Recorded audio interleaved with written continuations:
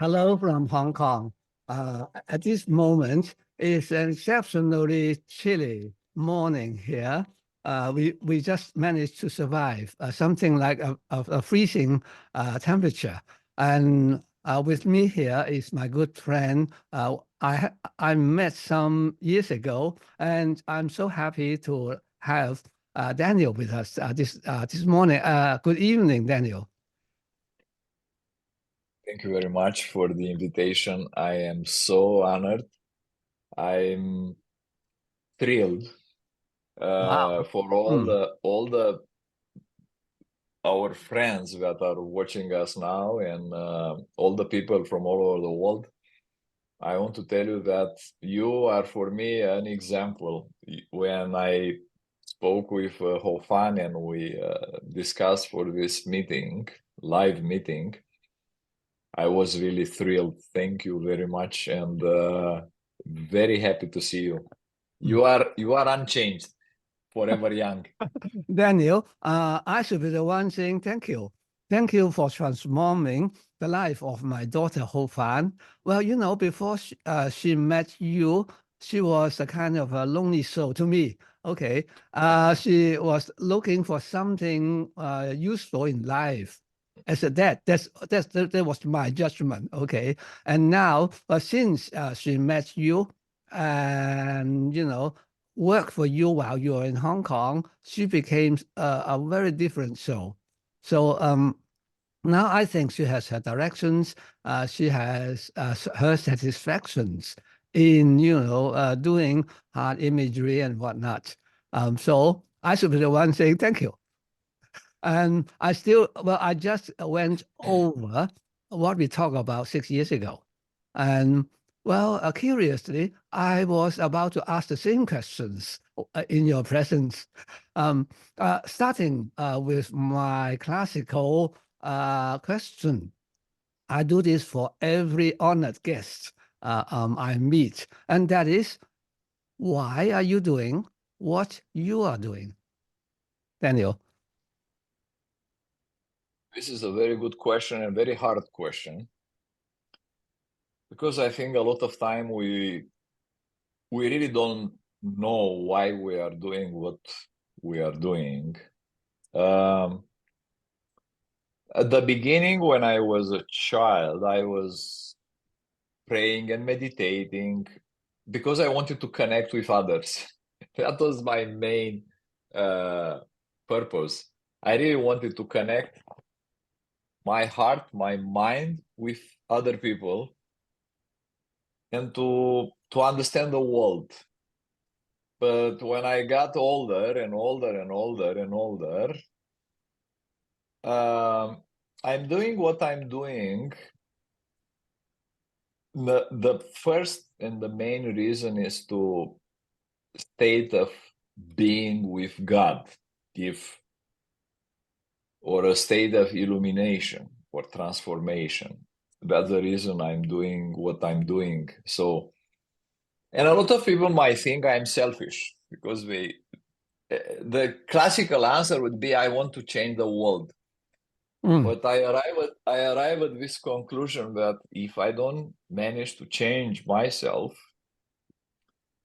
to be at that state, to clean my soul and to have a clean heart, I don't have any chance to help or support other people. So yeah, it's a long journey.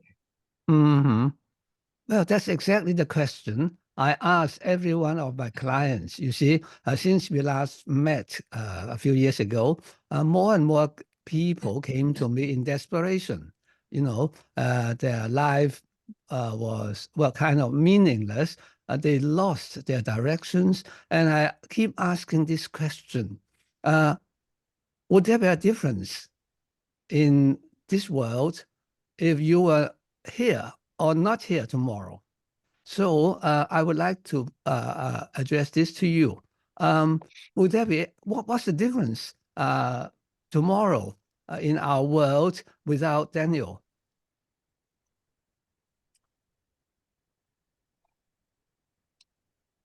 That's a very hard question because You said you want to change the world. you want first to be the same person, in a sense that I would love how I was yesterday to be tomorrow. I have a friend, a student, and he attended my first workshop. I think it was in 1992 or 1993. So we are talking about a healthy 30 years. And he was at that time 12 or 14. He was young. And one of the things he told me a couple of weeks ago, imagine now he is 40,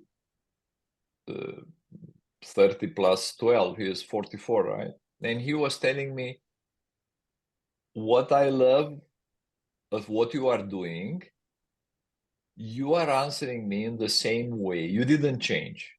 And he followed my books. I wrote books, and he said, I saw you at United Nations Invited. I saw you doing workshop with hundreds and thousands of people. And he said, you are answering me in the same way. And that filled my heart with happiness, because he said, you didn't lose your mind. You know, sometimes, as you said, you know, you have talks, you have friends, you have followers, you have YouTube, you have all these things. And there is a big risk, because your ego is pumped up more and more.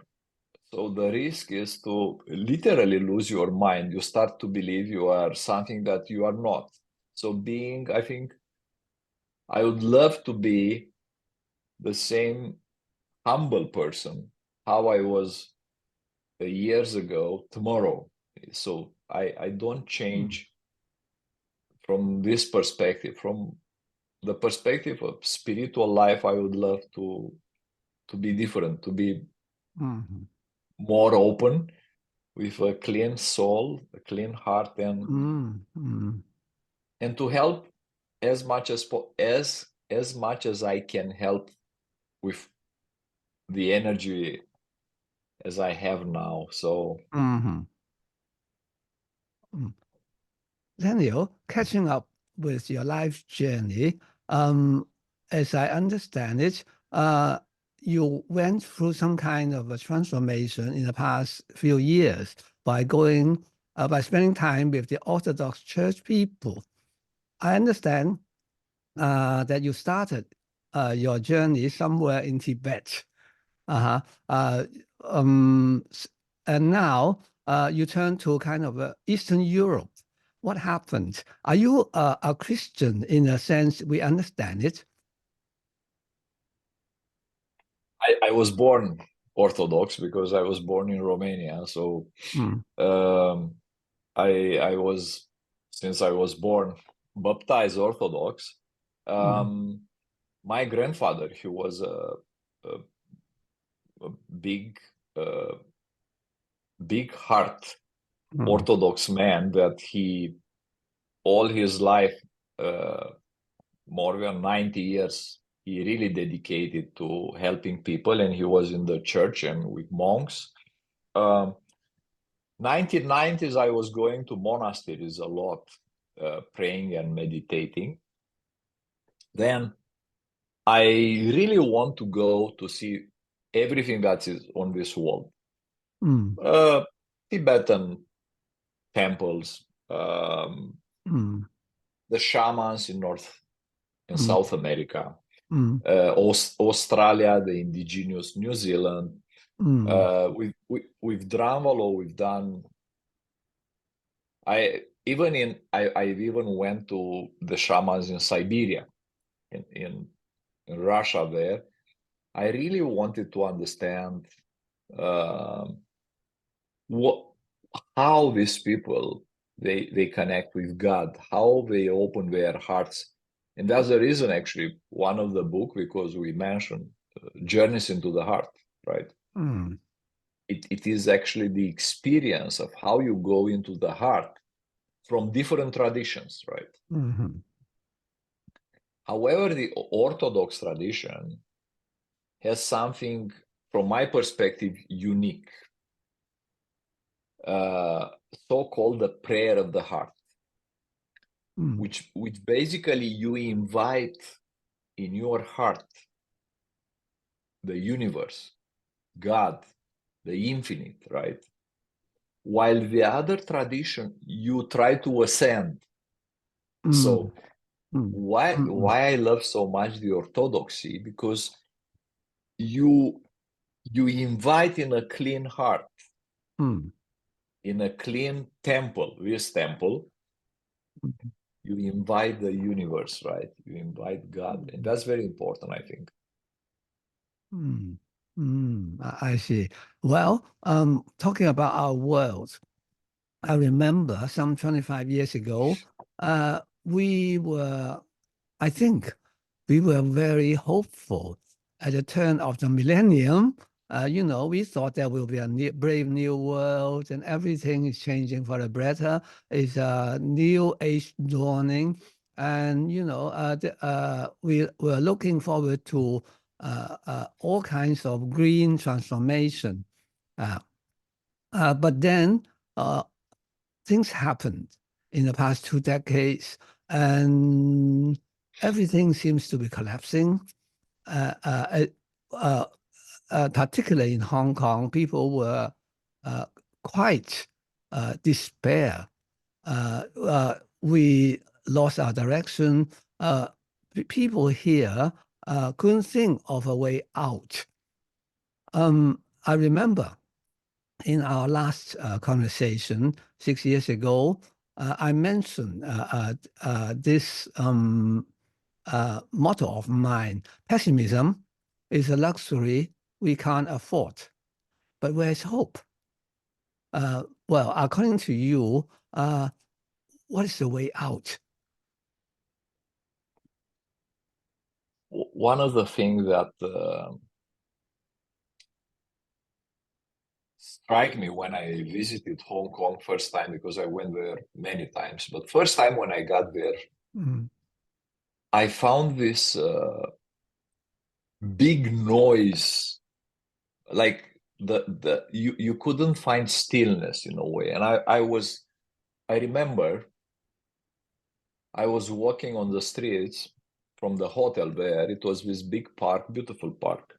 And I was sitting on this bench and I was thinking how these people here, they find stillness in such a big, noisy, busy city like Hong Kong, and not just Hong Kong. It happened to me in New York. It happened to me in Tokyo, in Moscow, not to mention Beijing and Shanghai, which are next level. So I would say this is a very important question. How can we balance the enthusiasm of living with our family and friends in these big cities or places? How can we balance this intense energy around us with, let's say, science of stillness?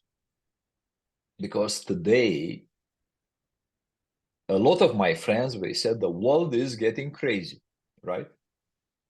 You can't stop. It takes you faster and faster and faster and faster. And I really believe the stillness comes from inside. That would be the first thing, right? We do appreciate a quiet place where we can read and pray and meditate in stillness.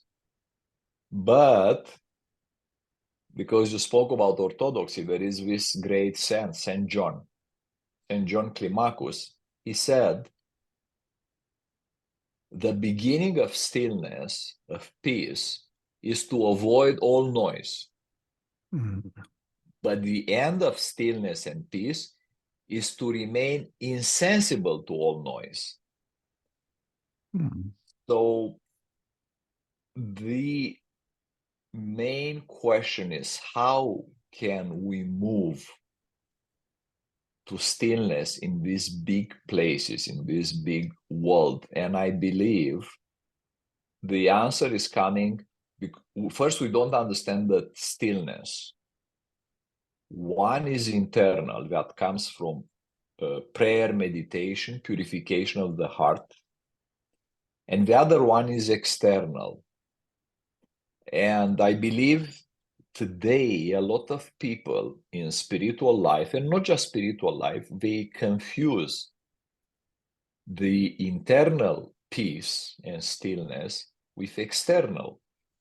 We think if we go to, I don't know, Tibet, it's quiet, it's mountain, or to Himalaya, or I remember that beautiful temple you have in Hong Kong, that beautiful place. It's very close to your place.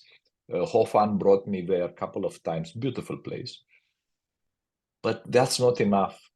Because you mentioned Orthodoxy, I went to Mount Athos. That's considered the holy mountain a couple of times.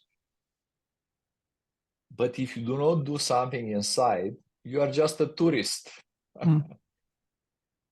So the answer should be, we really have to patiently work the internal stillness. That's the answer at this completely, I would say, unstoppable world that is moving with so high speed. All this artificial intelligence, AI, everything now is coming so handy. Like you don't need to do anything. You just need to take it. But in fact, I think it's a trap. We are getting lost in this speed and in this big noise, and we forget about internal stillness, right? That you don't need AI, you don't need anything except to go inside and to be quiet there, and to, I would say, to nurture, to learn internal stillness. And then you can walk in Hong Kong or in New York, and once you find the internal stillness, I think it's much easier. This hard life. Well, now is the time for you to tell us about how to go inside. Your book is called Journey into the Heart. What is the heart? How to be, start this journey and reach our deepest part inside? It's another very good question, because I think today there are two big different opposite states. One is a state of material world that keeps you completely outside. And the other one, when you completely give up everything and you try to go into the heart.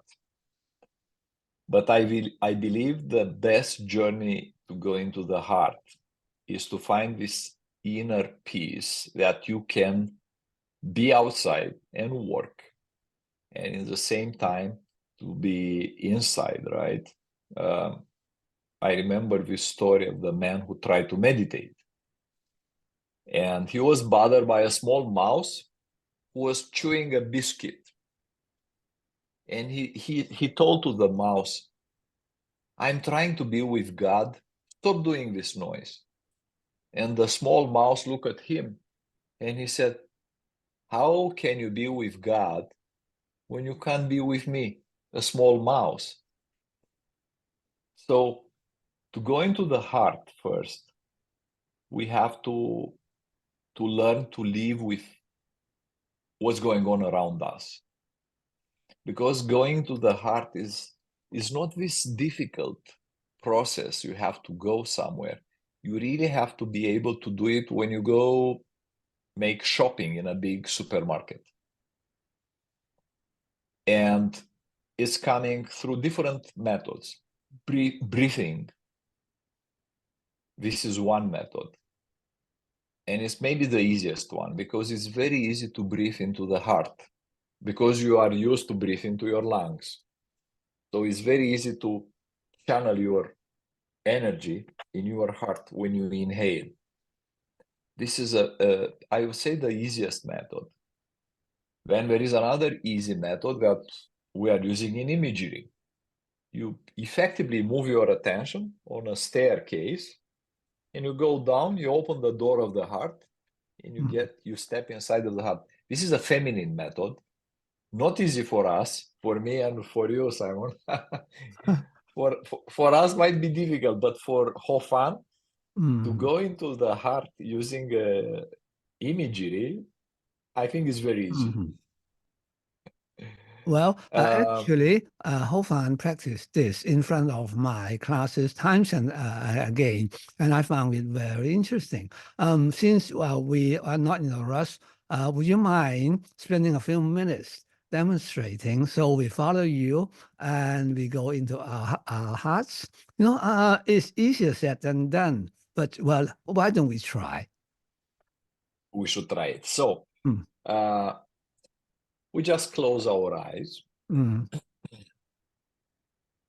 So for all of you who are watching us now, or you are going to see it later, just close your eyes.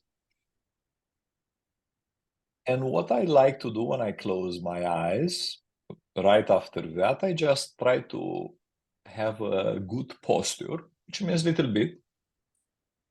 If you need to correct your back, your spine, straight spine, but relax, which means you let your shoulder to relax. And you leave your hands to stay relaxed on your knees there. This is so-called the king or pharaoh posture. So basically your body is relaxed, but in a very good position for meditation, for an exercise, right? Then completely relaxed, but in the same time vigilant, you put your attention in the middle of your brain. It's easy because I would say 99% of our time, we are there, in the middle of the brain, and you see or sense or feel a staircase, a simple staircase, like a spiral, going down from the middle of the brain all the way down in the middle of your chest, near your heart. And with your intention, you keep your attention there, but use your intention to start moving down using this staircase. And you go down slowly. Move your attention down, past your eyes level, go down nose level, go down mouth level, go down. You are going through your throat all the way down to your chest area. And there in the middle of the chest area, to your left, there is a door. The door that goes to your heart. You open that door and you step inside of your heart. Confident you are in your heart, close the door behind you. For a couple of moments, you see, sense, and feel this good energy, pure energy. You understand the inner peace, what it means now. Because you might be in a place where it's busy or noise, but now in your heart, you found that inner peace. And once you are there, you see, sense, and feel yourself, like a hologram in front of you. And you will see some areas that are more colored than other areas, maybe darker color. And maybe you need to do a healing to that area. So focus to that image of yourself, that hologram, that you in your heart, with your intention, clean these areas where maybe you have a small problem, a small issue. You can use the light. You can use water, clean water, like a spring water. You put in these areas until the area is clean. You can use a specific color that you like. After you do this healing at these areas, inhale in your heart again. Exhale.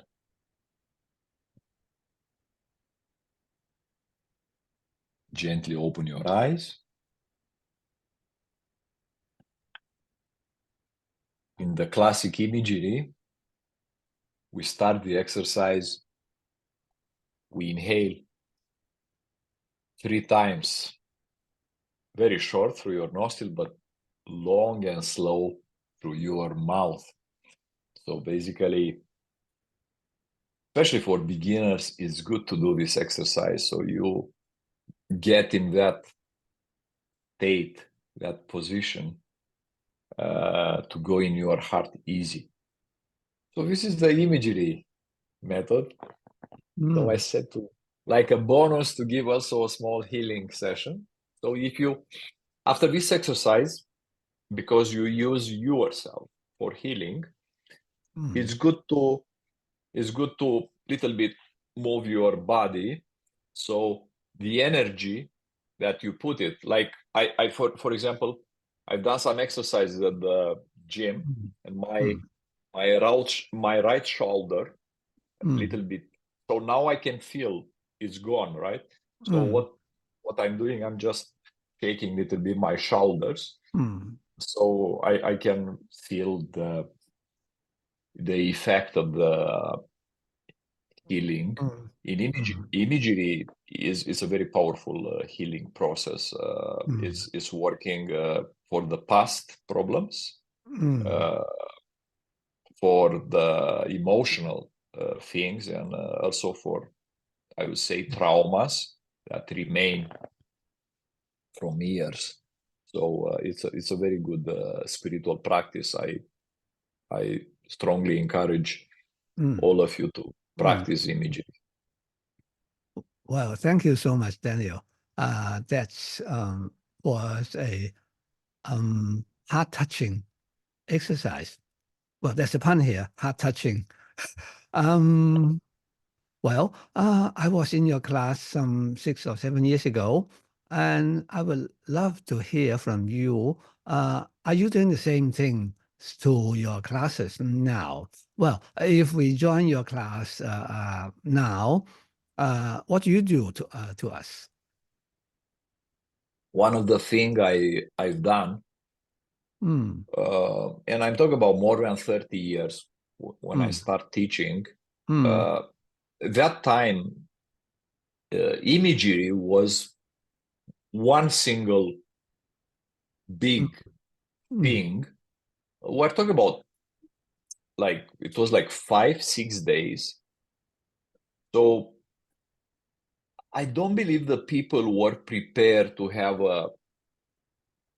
this huge unionized transformative journey. So we adapted, splitting in 3, we call the imagery masters, 3 different, all of them important. One is cleaning the past, self-renewal. One is healing and emotional clarity. The other one, union with divinity, with universe, right? So what began as a singular workshop evolved in 3 distinct but interconnected workshops. Now the evolution marks this change, right? So we we have to adapt to this speed of the world. So we navigate to this profound transformation. So also the imagery, heart imagery, aligns with our consciousness. So we have coming up, and especially the Hong Kong team, they are experts in imagery. I'm sure they will appreciate this synthesis. It's a heart imagery synthesis. We have fresh methodology. We are transforming the original approach into a new paradigm. And that won't change the heart imagery. Heart imagery is remain the universal language of the soul, right? And that it remains. It guides us towards understanding our deepest selves, higher self, and it's the same immersive experience. However, I believe it's more powerful. We've done actually a very short sample with the Hong Kong team, and the effect was very powerful. So I'm expecting a very, very good workshop. That is taking place next month, 3 weeks from now. And yeah, correct. Yeah. We do have a link here. People are interested can register there. Well, actually, one book by Daniel is now available in Chinese. Thanks to our friends on the mainland. And now we have this book.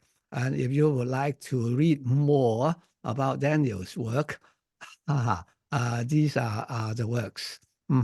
And Daniel, I would like to, since you mentioned Hong Kong, I remember last time when we had our dialogue, you said that Hong Kong, well, and in particular, and China in general, is going to play a big role in transforming our global culture, something like that. Because spirituality, things are happening in this part of the world. I think now we are different in the sense that the government, the regime in China is becoming, more and more stronger, and we are under tighter and tighter control in terms of practicing religion and spirituality. And how do you see Hong Kong and China now in this respect? It is interesting because as I've seen the history, spiritual history, always it happened exactly like that. So it goes to this process, right? On one side, there is a small team that is trying to keep people, to suppress them, and they don't let them to find themselves. On another, exactly opposite, there is a huge mass that, and I see that happening in Hong Kong and China in the last couple of years, that they are looking for awareness, finding meaning, right? Deeper meaning and purpose of our existence. And where you can find this more than China and Hong Kong, right? Where how much, let's say, material things you need and how much science you need. I think from this perspective, China and Hong Kong are much, much more developed than Canada, USA, all these countries. Because the materialistic things are so strong that people are forced to find meaning, right? here we are relaxed. We have what we want. You don't look so much for spirituality. That's the reason I said a couple of years ago, this so-called emotional things. I remember we had a workshop, Hofan remembers when there were hundreds of thousands of people down demonstrating with umbrellas. It was something very, very, I look on the window and I saw this river of people, alive people, right? Which means that people are looking for stability, for direction, for in spiritual things, regardless of circumstances, right? And I think if you do not have this boiling point, like what's happening in China and Hong Kong, people can stay for thousands of years in this state, all good, food, cars, houses. We don't need anything else. And I believe people don't understand. We are really temporary, fleeting. Human life on Earth is just a dream, right? So we really have to think deeper meanings, purpose of our existence, right? And here, I believe emotionally and spiritually, China, Hong Kong, they are ready, right? They manage to foster this resilience and they cultivate this inner strength much more than other places on the world, right? So, yeah, I'm still very positive. I remember About the I remember saying, whatever don't kill you makes you stronger. Yeah, exactly. Well, yeah. I can see two worlds in terms of Christianity these days. While on the one, 30 years ago, exactly 30 years ago, a good friend of mine, a Catholic priest, started a movement in Hong Kong with the permission of the bishop. That was under British rule those days. And he started forming Christian cell groups. Cell groups meaning without going to churches, they do mass in individual homes. Now that's exactly what's happening in China now. There are 2 Catholic churches in China these days, while in Europe the churches are quite empty every Sunday. In China, it's a different picture. I visited both churches. One is underground and one is open. You see, the Chinese government is appointing their own bishops. And that is the open church. They are trying to make deals with the Vatican. And on the other hand, more and more of those families, devoted families, are going underground. And they have their own priests. Another system of things happening, working. I mentioned this to ask you, what do you think about your work in China in view of such a situation? You see, the Chinese government are tearing down crucifix, closing down churches, and they're replacing crosses in the church with portraits of their leader. And many Zen masters have to flee, and they're now in Hong Kong. And It happens the same thing in Romania. Exactly, I would say copy paste. It is not going to one day. This is a ticking thing that is going one day to make boom. This is I think it's a big risk that anybody in the power takes, because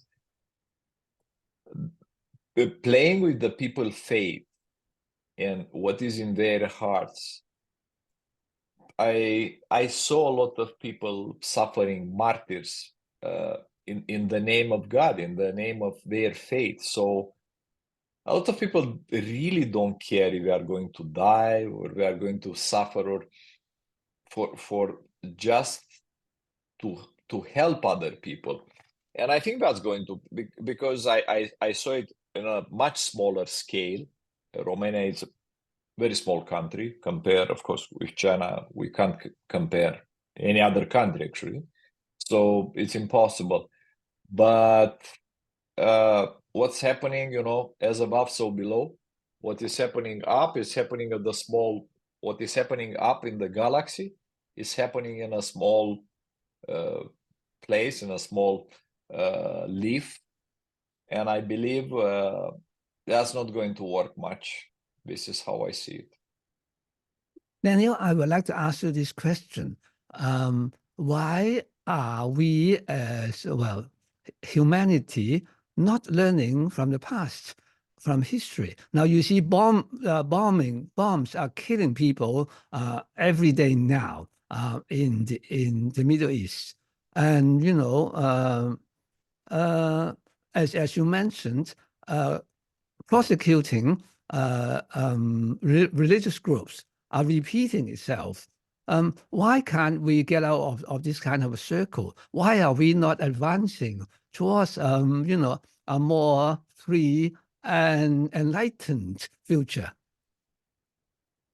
First, there is a lack of meaning and purpose. We live in a world where materialism, consumerism, and individualism are emphasized. So many people are disconnected.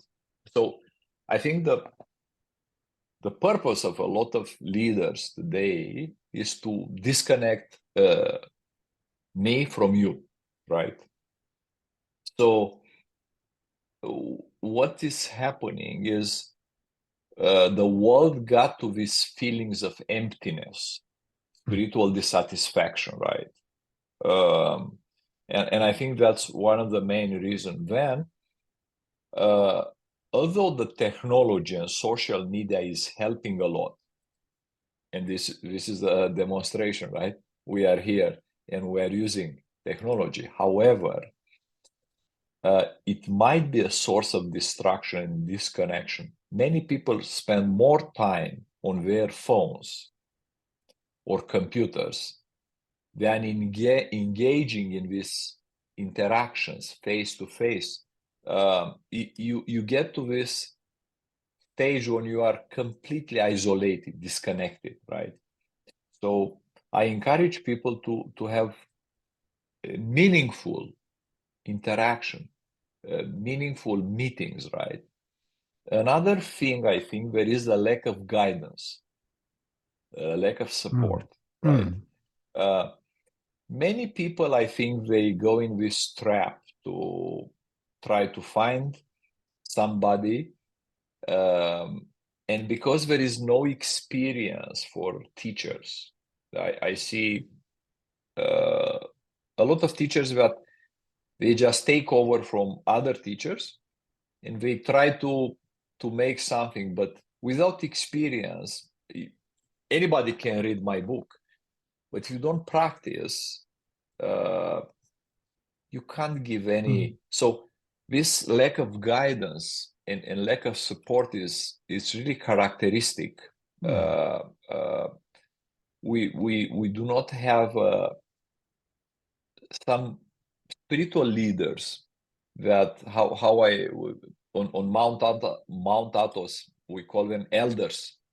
So we are missing these elders to guide us because they have a life of experience. They have they know. So this is a very, very heartbreaking thing that is happening, right? So there are many reasons. I just said a couple of them, right? So there are many reasons. However, I will bring some solutions because I said something. Let's say something that some reason why so many people feel lost in today's world spiritually. But I will give also some good news, some possible solutions, so people don't leave this meeting with a heavy heart. So, number one, connect with others, right? Building connections with people that you love and you know they are good.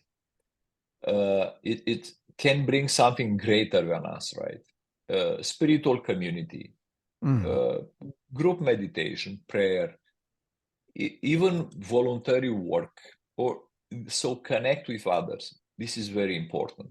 That will be a solution. Practice mindfulness, self-reflection, meditation, prayer. This is very, very important, right? Explore different spiritual traditions. And from time to time, you really have to disconnect from anything that you do and to start something new. Maybe you need to stop what you are doing. Maybe you are running too much from years and years. Maybe you need that stop sign. You know, when you drive, you have the stop sign.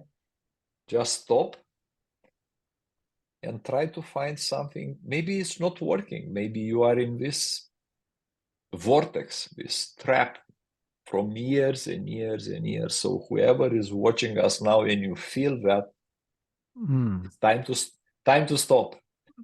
Try something else. Well, Daniel, before we let you go, I would like to hear your opinion on this. I now can see two different scenarios. Let's say scenario A, and that is just you mentioned history is repeating itself. There will be prosecution, there will be wars, there will be all kinds of sufferings till the end of time. Or scenario B, as I envisioned 25 years ago, you know, we are venturing into a bright new world where there will be less and less war, less and less conflicts. People will practice love and peace and so on. And this is the dawn of something unimagined before. Now, that's scenario B. Is there another scenario? Or is it bad news is good news? Scenario A is what we need to advance spiritually. I would say the third scenario would be to seizing the present moment. Because we live in regretting the past, or we are actually anticipating the future. And that detracts us from our experience from now. So whoever is watching now, you should just listen to what we are talking, right? Because usually we are thinking what I'm going to do after that, right? So we have probably the third way is to immerse ourselves in here and now. That's the title of my first book. This now is eternity, here and now, right? The Tibetan exercises. So I believe we can savor, we can enjoy the taste of life and the joy of life, and we can find solace in face of adversity. Speaking about Hong Kong and China, if we understand the present moment is the only moment we truly possess. And by embracing it, basically, we unlock this profound sense of fulfillment and purpose, right? So I believe, and this is of course, it's not an easy way. No. But if we try at least to forget about that past that happened and we regret, and don't try to anticipate the future too much, I think suddenly we might find ourselves in this moment, this spark of energy, like boom, like we see, sense, and feel beyond time. Because That's our problem. We are fighting with time, past and future. But I think if we at least try to find this moment now, we might be surprised by what beautiful sense of gratitude and happiness, purpose, live with intention, love, we're going to get. Daniel, I did not expect you to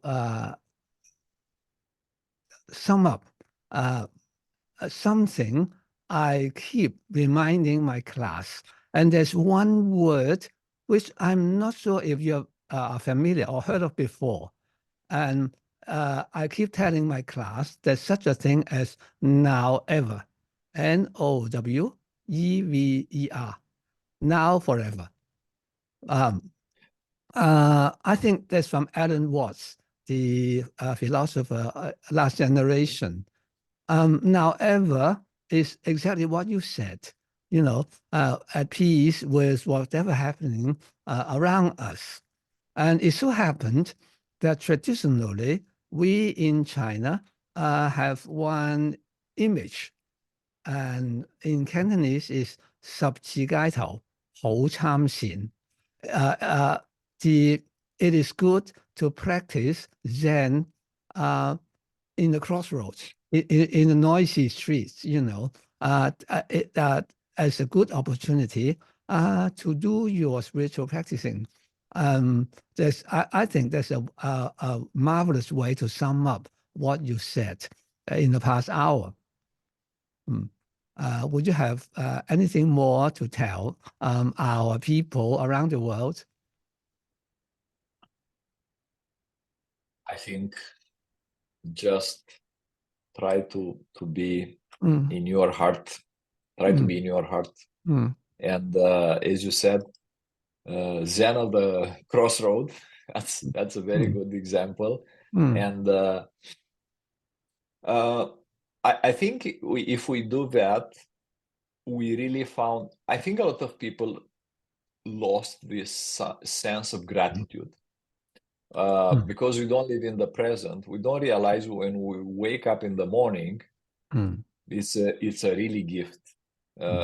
I keep saying, I saw this study made by Harvard, and these guys, they said, I was shocked. 95% of the people, they die when they sleep. I was thinking, whenever I wake up in the morning, I'm really, really grateful for this moment, present moment, right? I'm just enjoying life. So this, you have to live with this intention, with purpose and profound sense of gratitude. And I think we will get much more from the life. Thank you. Daniel, thank you again. Well, we must talk more often across the Pacific. Come over to Shanghai, to Hong Kong as early as you can. Keep in touch. Thank you, Simon. And have a good time in Vancouver. Thank you. Thank you. And many blessings to all of you. Thank you. Bye-bye.